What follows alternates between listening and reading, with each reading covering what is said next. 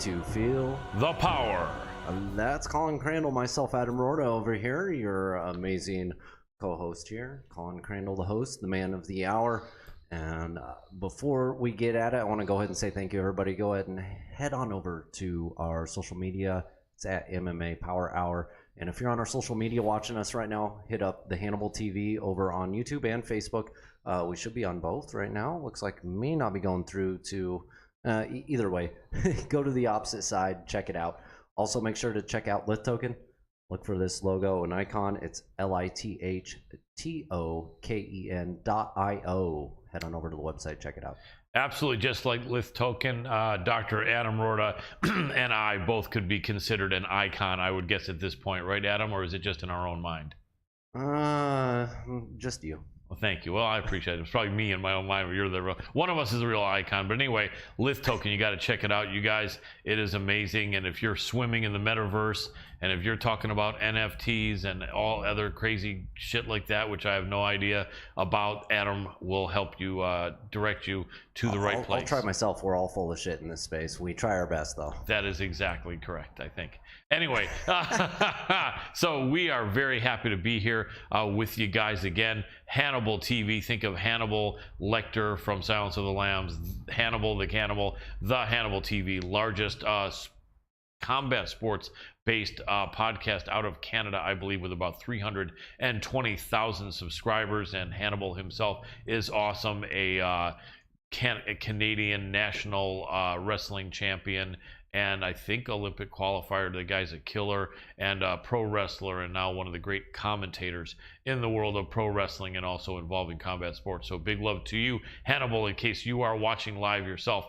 We've got a very good show for you tonight. We're going to go a little bit shorter. We have one big guest, and then Dr. Adam Roorda and I will break down the upcoming UFC Fight Night card this Saturday, and that's going to be killer. But we're still about 6-7 minutes away from our first guest. So recapping UFC 273, what a card. Adam, I know you are happy that once again your in front of the camera guy, me, made us look good by pointing out that my picks, much to the chagrin of the masses, were Aljamain Sterling and Gilbert Burns. Almost everybody was saying, you're out of your mind, you're crazy, those guys are not even going to come close to winning, they'll both probably get smashed in the first round.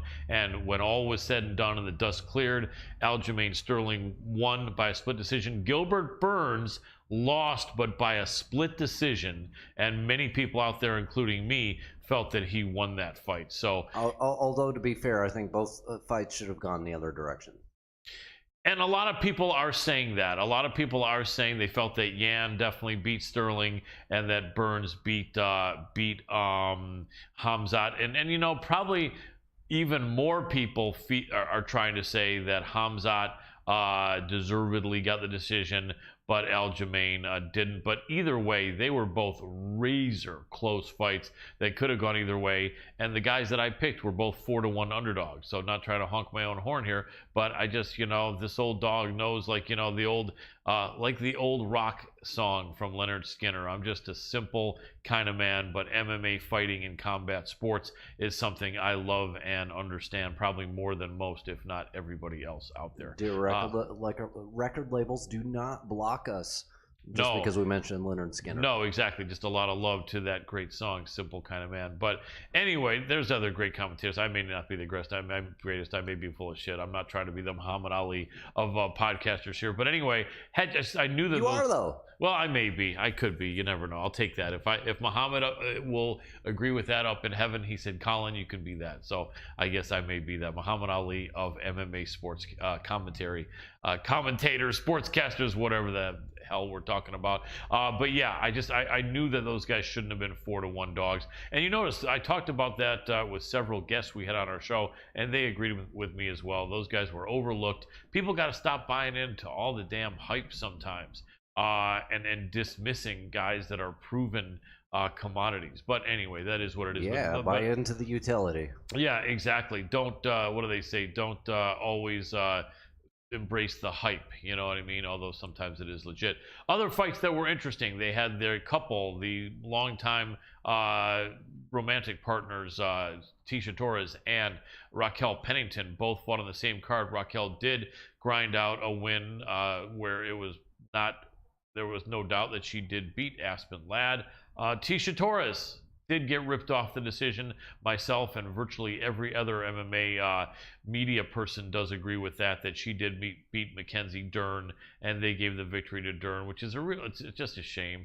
I had a friend over who had actually refereed several lower level fights, and he said that it just seems like a lot of times the referees, the judges sometimes favor someone who has a better record or the younger fighter that they feel who has more potential, and will give them the verdict in a really close fight. And it seems like that's happening on a higher level, and I just don't like that. It shouldn't be the case. And not only that, but Tisha earned that victory. She's like 5 years older than Mackenzie. She's got less time left in her career. She fought so hard, and then to just take that away from her really just sucks ass. There's no other way to describe that. It pissed me off. That was unfortunate. That was Tisha Torres' victory. But whatever. It is what it is. But, you know, Mackenzie Dern will lose her next fight. I'm going on record as saying that. So there you have it. And no hate toward Mackenzie Dern, but don't like gift decisions. And, you know, it's just, you know, is what it is. But anyway, other fights on that card were really, really exciting. And we kind of had a feeling that Alex Volkanovski was just going to beat the brakes off of the Korean Zombie with only 1 month notice. Zombie showed a lot of courage to take that fight on with only half a camp. And man,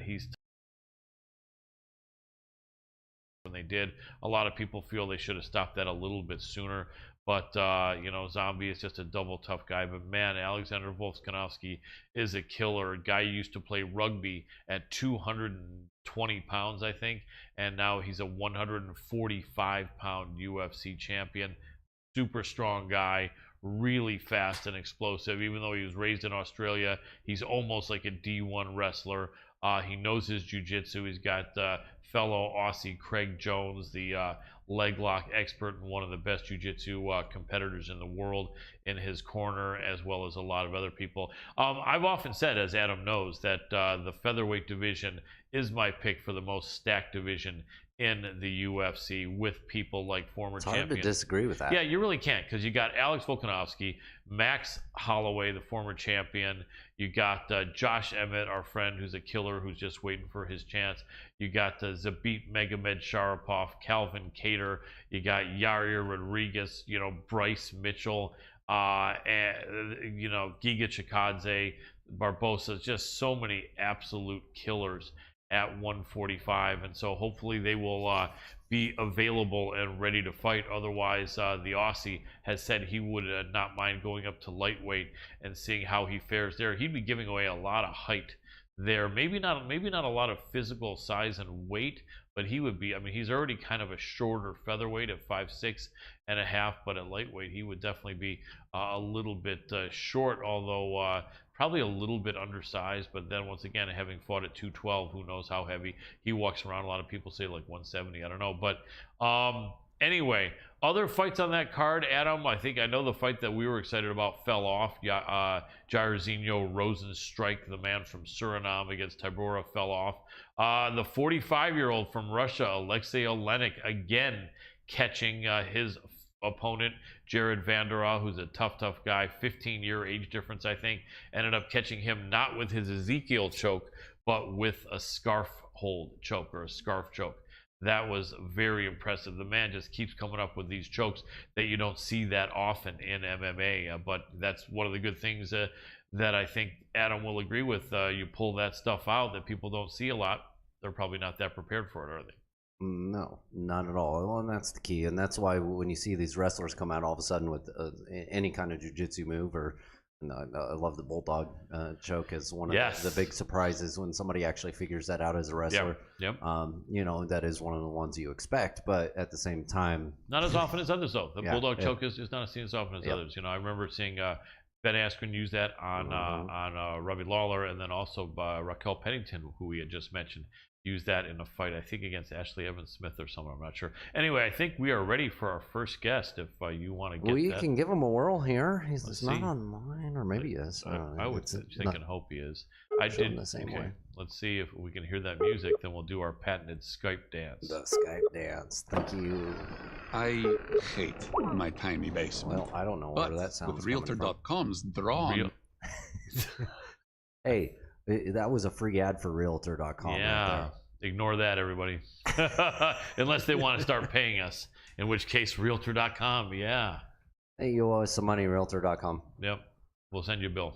All right, you're actually frozen on the screen. I'm not sure what's going on with my camera, but hopefully you guys stay just listening here, because Colin's always talking and you're able to hear what's going on. My voice will carry us, I hope. He's sitting there with an interesting face right now. I'll get that fixed in a second, Colin. Oh man, I hope it's not too stupid a face. Oh, it's hilarious. I love it. I love it. Thank you. You've been off the screen once. You saw me fixing the camera, and man, I don't know man, what's going on. Can Hawaii get sticky? That's the time I thought for that line. You gotta love that. Colin's face and my face, they're separate. Yeah, Although you do look kind of disappointed with this face. Do I? I've kind of been disappointed in my life lately, so that's probably not just a random look that it caught. Anyway. That's all right. We both have faces for radio. Yeah, there we go. So go ahead and talk. Let me fix this, Colin. Sounds good. And then after that, we'll try to get our guest on. Yeah. Sounds good. Okay, so I'm going to go ahead and talk here. We'll never be a deer in the headlights in this show. So let's go back and see if I can remember some other fights that did happen in Saturday's card. Okay, so we went and we talked about the Olenek fight, Peter Yan against Sterling. You know, it's funny, with Aljamain Sterling winning that fight, you guys might remember, not only did I believe he was going to win and come back way better than he was a year ago, but I said that with that disqualification from that illegal knee, where he became, I think, the first man to ever win a UFC championship belt on a foul, with all the haters and all the people that thought that he should have continued, that a knee to the head doesn't hurt that bad or whatever, all this crap and everyone hating him, he sucks, blah, blah, blah. You even had people, and Joe Rogan pointed this out, you even had people cheering in the United States during a time where there's a war in Russia with them invading another country. You heard jackasses in Florida cheering "Let's go Peter" because they hated Aljamain Sterling so much, and Joe Rogan even said that they're cheering "Let's go Peter" for the Russian fighter in Florida. You know, whatever. Big love to Peter Yan. Nothing against the people from that area. They're not part of the government, and so you can't blame them. But anyway, what I had said, exceptionally easy. It's not going to exceptionally show you anything easy. that doesn't have a dishwasher. That's all. Whatever great more stuff ads. that What girl is had to offer. She had a lot of stuff to offer, let me tell you. But we'll talk about that off the air. I'm kidding. Today is But chaos. yes, it is. There you are. You're back. Okay, and Maybe so the what I was chaos saying is done. Okay, so what I was saying is I had said weird things happen in combat sports. Everyone was believing Petr Yan was going to come back and get redemption for the foul that he, issued onto to Sterling, and I said, you know what, weird shit happens. Weird shit happens. It's not going to go the way everyone thinks, and it's not going to go the way all the haters hope. And I was exactly right. Aljamain Sterling won, and he pretty much gave everyone the middle finger, saying, all you haters, there you go. That's for you. I'm still champion. Your guy isn't, so go screw yourself. Right. And he was right. Anyway, so we are going to try to get our first guest. I sent him a message. We'll see if he hits us back, and then we'll be ready to go. In the meantime, though, we can hit up the discussions on Gotcha. The April 16th card here. We will, but you know what? I actually, and I hope I don't have wrong contact information, but I did speak with his promoter only about 4 hours ago, who said he would remind him, and so I'm actually going to send our guest a direct message. Ready for the interview on Skype as soon as you can be available, brother. Period. I don't know what's going on with this damn. Keeps freezing you, dude. Well, it's kind of odd. Yeah, it is. But the good thing is that I'm not a 20-something bikini model, so it's not Why that not? important that my face is seen, although it's always nice. But I think it would work. it would be good. But anyway, so This show's mostly about me now. there we go. So you're not frozen and I am. Yeah. Maybe I should go keep sit going over there. off screen too. I don't know what to say or what to do. That's all right. That's all right. Anyway, so talking about UFC 273, are we forgetting anything? Oh yeah, Piera Rodriguez, I think, beat Kay Hansen. I'm not even remembering some of the other fights. I think I just wasn't that, there were several fights in there with some guys I just wasn't that knowledgeable about. Oh yeah, Mike Malott beat Mickey Gall. And just I'm not remembering too much about any of the other fights, but there were what I did hear is that Gilbert Burns did get his win bonus. So was that because Dana White felt he deserved to win the decision like myself and several other people did, or was it just because it was such an amazing fight and he fought his heart out that he felt he deserved that 50,000? We may never know, but that was such a good fight. Hamzat Chimaev, he gave a lot of respect to Gilbert Burns afterward, and it's interesting because he was really respectful overall in general, and kind of was a little bit of a departure from the cockiness he had been showing and the stuff he had been saying leading up to that fight. So in a way, maybe it's a little bit hype as well. Usually these really tough guys from the Eastern Bloc countries don't talk a lot of trash. Sometimes even if people talk trash to them, Hamzat has been an exception, although he doesn't get really nasty or anything. He's been pretty much mentioning how he's just going to wipe out everyone and smash them, and it's easy. Smash. Yep, put the smash on them, like Habib, I think, may have said. But then he was very respectful afterward of Gilbert Burns, and that fight was really, really amazing and close. See if we got any word back from our Well, you let me know, because I'm not seeing anything here. So, Colin, what do you think about Bilal Muhammad? Yes, and Vicente Luque. We've had both guys on the show. Yeah, absolutely. That's why I wanted to talk about it. Yes, we had Bilal on, I think it was 5, 6, 7 months ago. And then we had Vicente on about 6 months before that, I believe. Both guys are really, really cool guys. Really nice guys. What's interesting about that fight, and I'm so glad that's the main event, is that if you look at the ascension of Vicente Luque, every fight he looks great, and has won like 90% of his fights, if not close. I thought we weren't ready to afford a house, but keeps on just not getting a lot of attention. And he's not a trash talker. He's a native Portuguese speaker, but his English is good. He's a super dynamic, exciting fighter that finishes people. I just don't know why the media and the UFC, promotional machine is just not really that hot about him. But anyway, so that's his story. Then you have Bilal Muhammad, who's got a really good personality. He's a character, really a fun guy, nice guy, tough guy. He had a couple of key losses against really good fighters that almost seemed like it just set him way back in the rankings, and he's just, people were always like, oh, this guy's great, one of the best guys outside of the top 10. And even when he finally got, I think, into the top 10, which I believe he is in now, it just seems like once again they're not talking about him that much either. So both of these guys are absolute killers, really tough guys. All of a sudden a bunch of dust went in my nose, in my mouth. This is a fun show. Both guys. Isn't it a fun show? Yeah, I'm about to say something like that. You all right? Yep. I think that might be the first recorded sneeze by your host here, Colin Crandall, on the MMA Power Hour. Excuse me. But both guys are tough guys who just haven't had a lot of love out there, and I think that I kind of hate to see them, going up against each other and thereby one of them knocking the other one off. Maybe, but it'll be maybe a really, really close fight. I mean, the bottom line is this. I think Luque is ranked higher by 3 or 4 spots, I think.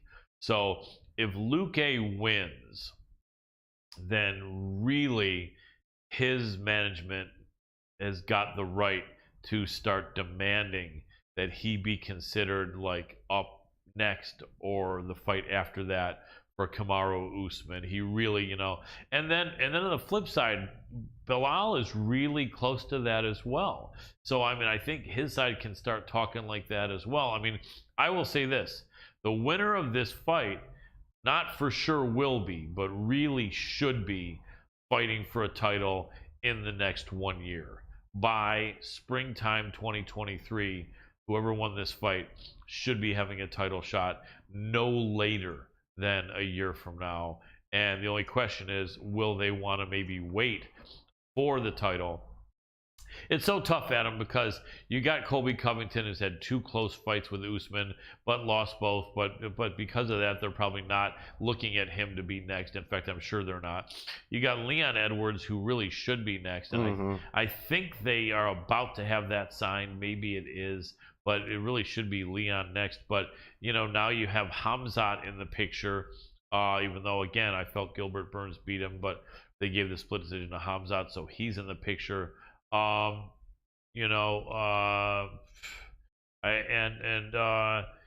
so that's primarily where the log jam is. And whoever wins between Bilal and Luque is definitely going to be in that discussion. It's going to be, I think if Bilal wins, he's in the discussion. If otherwise, I think not quite in discussion yet. But Luque is ranked like 3 or 4 spots higher than Bilal, I believe, Adam. So you're kind of reversing what would make sense. Not necessarily. I think this is like when you look at Chandler and how things operated for him. I mean, you think perhaps Usman's corner doesn't want Luque? Maybe he's too dangerous. No, I think they would rather have Luque, but I think the matchmakers will have Muhammad just because it is a little bit more of an exciting fight, in my opinion, than even Leon.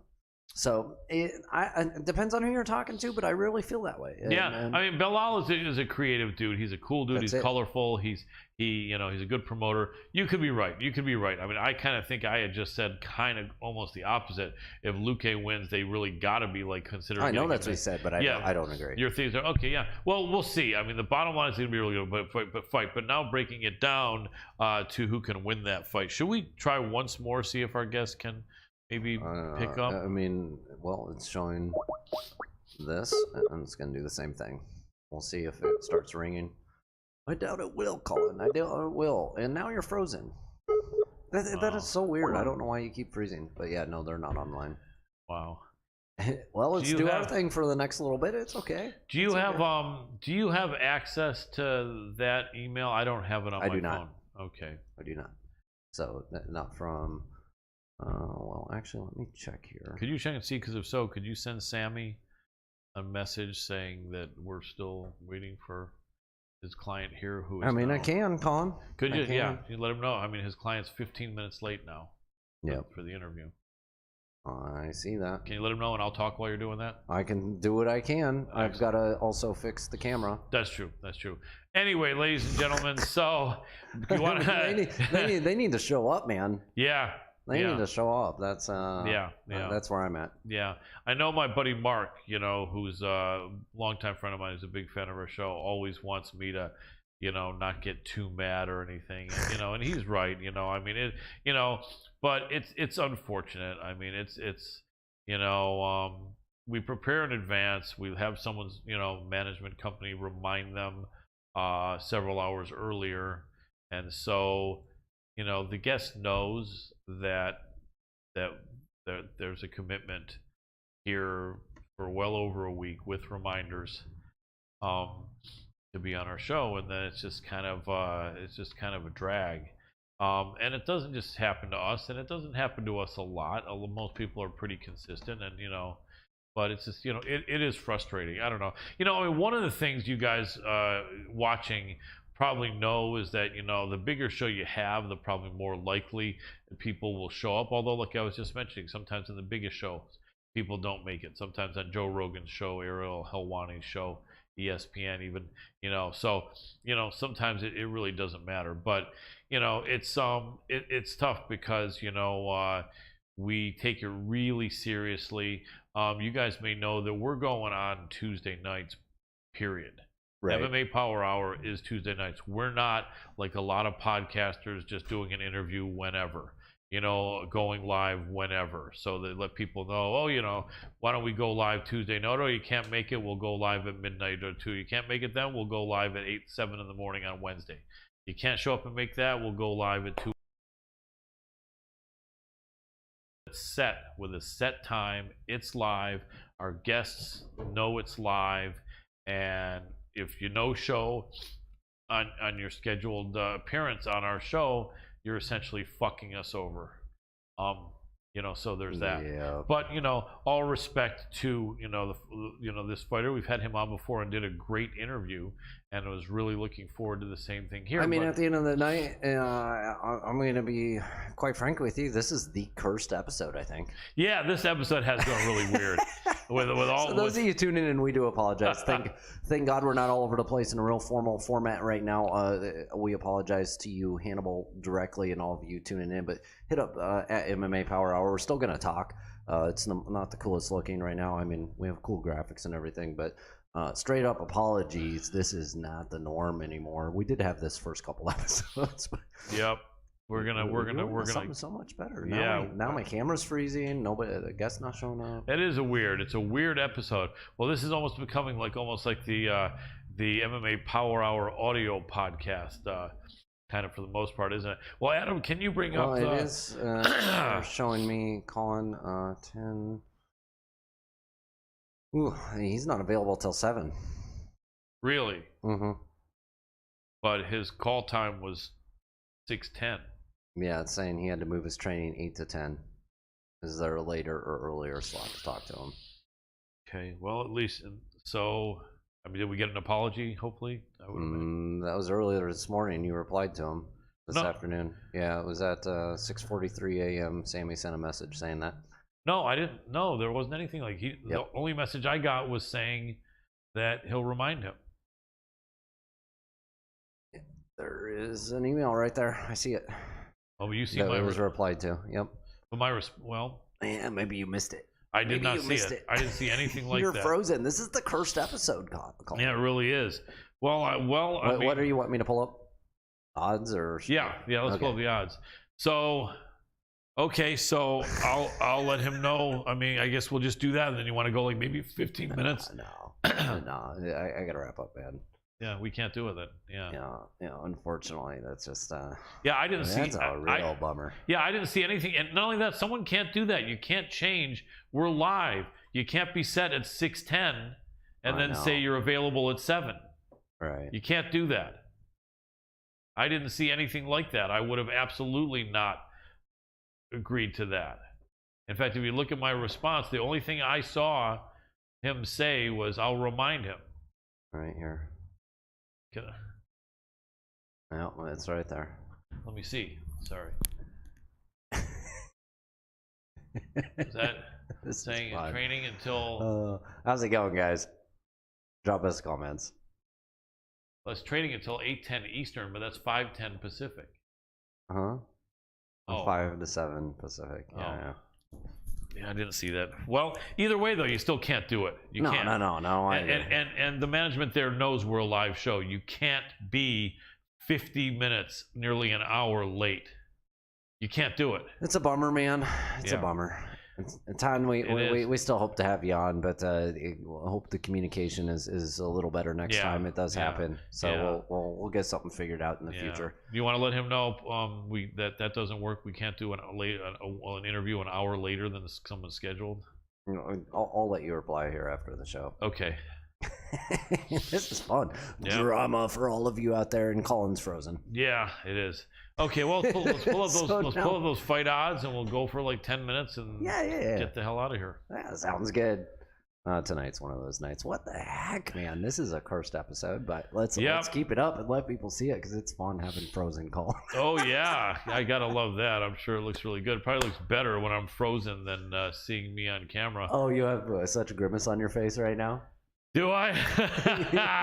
Nice. It's stuck. So Oh man, it's perfect. That's the story of my life lately. I think I gotta get my shit together, man. I just don't seem to be able to figure out how. You know, I'm sitting here hating on everyone else, and yet I'm all. I'm trying to figure out this camera. We've had this problem a little bit in the past, but not this bad. Yeah. Wow. I know I've got the settings set right. So Yeah. weird. Well, yeah. Weird. This is the cursed episode. I'm not. This is probably. Yeah. So when we are rolling, but we've got one or two. I don't care at this point. This is a cursed episode. I have a guest here, and he's like, "Oh, it'd be cool to check this out." And here we And this are. is not normally not. This like is like this. our first or second episode. Quality, Yeah, Colin. this is ridiculous. This is not normally. This is not normally how things run for our good guest here. How deep are we now? This is episode 20 of episode 10. Season 10. Season 10, episode 20. Yeah, we've done hundreds. We've done over 1,000 hours of MMA. Yeah, so many, and Power this Hour is with great interviews. Oops. Yeah, I'm not. Here's the thing: if they're, not that we need to look out for their end, but if we wait until we're done here, until I get back home, it's going to be probably 7. People are loving this, though. I mean, they're not commenting, but yeah. Do you want to they're just watching? They're popping in. They're like, "Ooh, what the hell? This guy's frozen." Yeah, I know, right? Why don't you just respond as me, if you wouldn't mind, and saying I didn't, just if you don't mind, because then otherwise he's probably gonna be rushing to do this at 7, and we're not gonna be here. So can you let Sammy know? Hey, I didn't see. I'm doing that. Yeah, thank you. I didn't see any above message. No, we can't do interviews an hour later than scheduled. Sorry. I'm just gonna put. Unfortunately, that won't. That's not gonna work. Yeah. Yeah. We're good. Okay, so Colin, as far as the fights go, who's the dog pick that you have for the 16th here for UFC? Well, can I see the? Yeah, let me get that over. But we'll get those fight odds off the top of your head. Who do you think? Off the top of my head, off the top of my head, all I can think of is the main event. Vicente Luque is favored against Bilal, and that's going to be such a good fight. It does make sense that he's favored, I think, record-wise, although they both have really good records. Okay, let's see what we're looking at here. Yeah. So going down, if you want to go down a little bit more, and a little bit more, might as well just look from the very bottom. Okay, all right, skip those two. I have no idea. I know several of the people there, but there's no pick there. Who are they? What What about Drakkar Close against Brandon Jenkins? Do you think? Well, look at how Jenkins put it. He may. Close is a tough guy. He's got so much more experience, but I really don't know enough. Oh, here's a good one. William Knight and Devin Clark. That's an interesting fight. We've had Devin on the show a couple times. Very tough guy. They call him the Brown Bear, I think. William Knight. They're both stocky guys for 205. Clark is like 6 feet even. Knight is like 5'10", and Knight cuts from like 230, 240 to make 205. Interesting fight. The better wrestler is going to be Devin Clark. Better striker, William Knight. Tough fight right now. They've got Devin as a favorite. Probably his wrestling is going to be too much for William Knight. I'm going to have to agree on that one. Devin Clark is a beast when it comes to the wrestling. Yeah, so, he is. I mean, and he really wants to be. I agree with the odds on that one. Yeah, I think so too. Lena Landsberg against Pani Kianzad, both Swedish. Look at the huge favorite for Pani Kianzad. I think so too. I think Lena's probably close to 40 now. Good looking girl with tough, gritty skills, but Pani Kianzad is going to beat her in a battle of the Swedish women. I think she's going to probably beat the brakes off of Lena Landsberg, although Lena is such a tough veteran. Let's look higher up on that card. Yeah. Oh, you want to do it that way? That sounds good. Right. What about this one? Sabatini. There we go. We had Pat on the show 3 weeks ago.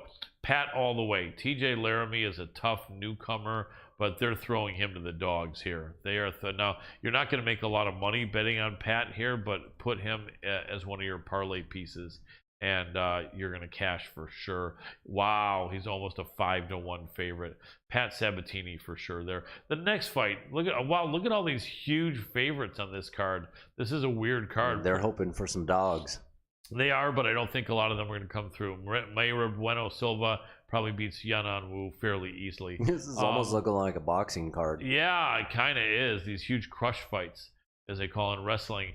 So then the Hall fight with Muniz is off, and this is what a weird card. And then you got who the heck is that? Somebody's got Fiallo against Baeza. Baeza probably beats Fiallo. Let's see who's even still on that card. Let me see. So the co-main event. Oh, maybe the 16th show is just as cursed. Remember to do your taxes, everybody. And if you're in the crypto world, do your taxes. Yeah, definitely. So they're gonna make. Are they really gonna make the co-main event in this card? Tayo Borello versus Gadzi Omar. Oh, I can't even see. Gadzi Omar Gadziev. I mean, he's undefeated, but what the hell? How can you make this is his UFC debut? How are they making a guy in his UFC debut the co-main event? That's got to be wrong. That has to be wrong. And that makes no sense whatsoever. That's straight disrespect for these two. No, they're the main. I know, but you're right. How do you know what I think? I mean, this is weird. I mean, okay, let's look at this. There's not a lot of big names. This card, I agree. This card is following a card that they spent a ton of money on people's salaries, and they're not doing that on this card, clearly. Chris Barnett, I like. Exciting heavyweight short guy. Then they got Jordan Levitt. I think he's the Monkey King. I think he's exciting. Very exciting, tough guy, 9-1. This is a weird card. This is a card that some people are. It's free, so no one's paying for this card anyway. But this is a card. This is a card that a lot of people may skip. I mean, compared to last year, last week. Last week's card. Yeah, but I'm saying last year with the free fights, they were generally really like next level. Yeah, these could turn out to be great fights. I mean, that's the thing. These guys are. I'm 100% sure they're going to. They're going to fight have hard. Some dogs win. And it's going to be it's very possible. But it just isn't a star-studded affair. But you know what? There are some interesting fights here. But yeah, I don't know who the dog pick here. I can't even. I don't know what the hell's happening here. I mean, Muhammad, I think that's my pick. Yeah, Bilal could be a good dog pick. That's really the only dog pick I'm I mean, maybe to go with William Knight has a chance if he can catch Devin. If he can defeat the wrestling. It's possible. Yeah. I don't think there's any chance that Lena Landsberg beats Kianzad. It's weird. I think that might be a rare battle of two Swedish nationals against each other. In a UFC fight. That may be a first. I think it is, because there's just not a lot of fighters from Sweden in the UFC. Sam Hughes might be a good dog pick. She's such a tough, gritty fighter. She's been matched up really tough in the UFC. She really needs this win, and I think that might be my dog pick, Sam Hughes, although I'm not that familiar with Estela Nunes. But I think maybe Sam can pull this off here. All right, let's go with this one. What if we throw in AJ McKee against Patricio? Gotcha. Patricio Pitbull Freire, the former champion. AJ caught him with a kick and then standing guillotine choked him, which is really unusual to see. Usually you get someone rocked like he got him, you finish him with your hands. But AJ is such a good balanced fighter that he's like, okay, got you rocked, now I'm going to surprise you by immediately, choking you out. That's going to be a really good fight. You know what? Is Ralphaeon on that card? I don't think. Yeah, wait. Can you look? Yeah, I'm looking. Is Ralphaeon because they'd be the co-main? No, the co-main is Nemkov and Corey Anderson. That's going to be a really good fight. Tyrell Fortune's tough. I'm not that familiar with who that is, but the next UFC, he's going up against Pico. I think that might be crazy odds. Yeah, you know what? You know why? That was supposed to be Kennedy. That was supposed to be a different guy. Yeah. This Adley Edwards is a last-second replacement for a different fighter. Yeah, it was supposed to be Jeremy Kennedy, and even then, Pico was a huge favorite. Now against Adley is probably going to be almost off the off the books. Minus 1,000 or 1,200. I mean, it is about minus 1,000 plus 600. Yeah, there we go. And honestly, there's enough of an X factor here. That you never know. This guy could be a world killer. Aaron Pico is enough of an X factor, quite frankly, in my opinion. I think he's a beast, but that's when he shows up. Yeah. And if he doesn't, if he decides not to show up, and this happens to be one of those fights, it's been a while though, isn't it? This could be a newsworthy loss. That would be huge if Sunshine, the man they call Sunshine, Adley Edwards. I'm throwing $20 on this. I can't skip it. I'm sorry, Pico. I think you're going to win it, but just in case, this is an X factor. Why not? Yeah. What the hell? Can you look and see? I think the big fight with Rafael Stotts fighting for the title against Juan Archuleta, or the interim title. I think that's the Bellator right afterward. Yeah, that's going to be the following weekend, I think, or the weekend after. Look and see Bellator. Yeah, that's 270. The 23rd of April. Yeah, there we go. That's the one. It is on the Cyborg against Blanco? Yes. Okay. Main event, Cyborg Blanco, and co-main for the interim title. Our guy, Rafael Stotts, against Juan Archuleta. Yeah, and then if Stotts wins, then as soon as his teammate, the champion, Sergio Pettis. Yeah, I'm going for Rafael. Yeah, me too. Man, but then when Juan's a fun guy, and you know what? He is really good wrestler. One of really the good, what was that show again? Kingdom. He was actually one of the fighters. Was he? That appeared in there Frank, quite a bit. Yeah. With Frank Grillo. Remember we interviewed Frank Grillo? Yep. That was a really good interview. Frank is really a really cool dude, man. Yeah, it was cool having him on. Long history with jiu-jitsu training with Hickson Gracie years and years ago. Good actor. Amazing shape. Do you think Arlene Blanco has a chance against Cyborg? No, but click on her. I think she fought Chris Cyborg a year or two ago, didn't she? Can you take a look? It's been, right about 2 years ago. Year and a half. Yeah, she lost by rear naked choke in the second. I mean, Cyborg is getting older, but Blanco's kind of older as well. Can you check and see what the age difference is on them? They're probably almost like the same age. Let's see. Blanco is 39. Oh, wow. She's older than Cyborg. How old is Cyborg? 36 or something? Yep. Yeah. You know what? I don't think she stands a chance. Maybe she does. You never know. But you never know. I mean, Blanco is definitely tough, but Chris is a beast. It's too bad that what do you call her? Kayla Harrison didn't end up in either Bellator or the UFC. I mean, PFL is a great organization, but man, everyone wanted her in the UFC, and then if she wasn't going to be in the UFC, the second choice would be at least let her sign with Bellator so she can fight Cyborg. Right. And we got option C, that PFL re-signs her. And I think part of the reason is if she was able to she can barely make 145. If she was able to make 135, I think Dana signs her in a heartbeat and pays her almost whatever she wants. Right. But they don't have much of a featherweight division in the UFC. They really, really don't. And I think they were probably kind of holding that as a negotiating tool over her head and saying, listen, I mean, Amanda Nunes is there. Amanda lost to Pena for the bantamweight title. She's going to have a rematch there. But if you beat Amanda at featherweight, then there's, Norma Dumont there, and Alicia Spencer retired, and Megan Anderson is no longer in the organization. Who the hell do you have? So right. I think they were saying, you got it. You're going to have to agree to not ask us for a lot of money as we try to build the division around you if you beat Amanda Nunes. And they just were like, screw that. They don't want to do that. And then Bellator probably said, the only big fight for you here is Cyborg. We'll pay you whatever, not this much or whatever. And then PFL matched it and beat it, and she's back in the PFL. I think Juliana Pena sent her a message saying, hey, you just signed your life away to PFL. Good luck fighting tomato cans for the rest of your life.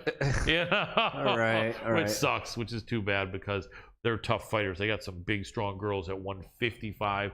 Kayla can fight in her own weight class there, and eventually they're going to get some big girl that's really strong and is able to hang with her, I think. Well, hey, Colin, I think I'm ready to call it a night. Since this is the cursed episode, I'm going to leave it up, and I'm actually going to retitle it the cursed episode. Yes. I think you should have Hannibal will throw that up there as the new title. Yes, yes, I will. We appreciate y'all for stopping in here. Make sure to hit up our social media, show us love, support. Go back and check out all of our episodes that are actually working and have us here talking with guests. We appreciate y'all so much. Thank you for stopping by. Apologies for this being the cursed episode. Like I said, gonna leave it up for entertainment. I'm super pissed and wanna, I don't know, whatever. Absolutely. I'm gonna go have another one. Absolutely. Dr. Adam Roorda, you're tapping out, I'll say. All right. So I will wrap it up here. Big respect to Tan Lee. You're a great fighter and a great guy from Louisiana. Wires were crossed, obviously. Somehow early in the morning, you would let your management, the people that won know that you have to make it an hour later. I didn't see that message, and we couldn't do that anyway. We can't make one guest an hour later. But no hate toward Tan Lee. He's an amazing fighter and a really tough guy. Hopefully we'll have him on at another time, and we'll make sure that time will work. But I understand these fighters got to train and stay in shape. Anyway, thank you guys so much for jumping into this crazy cursed episode. We're going to make sure it's a great episode for you next week. Spread the love in a positive way. Really love yourself. Be kind and gentle with yourself. But reach out to some of your friends or relatives that you haven't talked to lately. A lot of people are struggling in this world in these hard times. I know I am. High gas prices, high food prices, a lot of stress. And sometimes a friend reaching out and saying, hey, we haven't been in touch, but I got your back. I care about you. I love you. Can help save someone's life, actually. So do that. Take good care of your pets. Make sure you walk your dog whenever he or she needs it. Make sure your cat has a clean litter box, and they need that. Fresh water and fresh food for your animals. Give them a lot of love. It'll come back to you a millionfold. That's about it for the cursed episode here. Dr. Adam Roorda, the entire team of MMA Power Hour. I am Colin Crandall. Big love to you, and for tonight, I'm tapping out.